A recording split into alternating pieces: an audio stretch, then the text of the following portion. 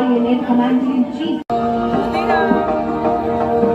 19 September 1942 তমলুকের মাটিতে কয়েক হাজার ভারতীয়কে নিয়ে যিনি পুলিশ স্টেশন ঘেরাও করার লক্ষ্যে হেঁটেছিলেন, সেই সত্তরোর্ধ মাতঙ্গিনী হাজরা পুলিশের নির্মম গুলিচালনা ও লাঠিচার্জ সত্ত্বেও তার হাতের পতাকাটি মাটি থেকে ছুটে দেন।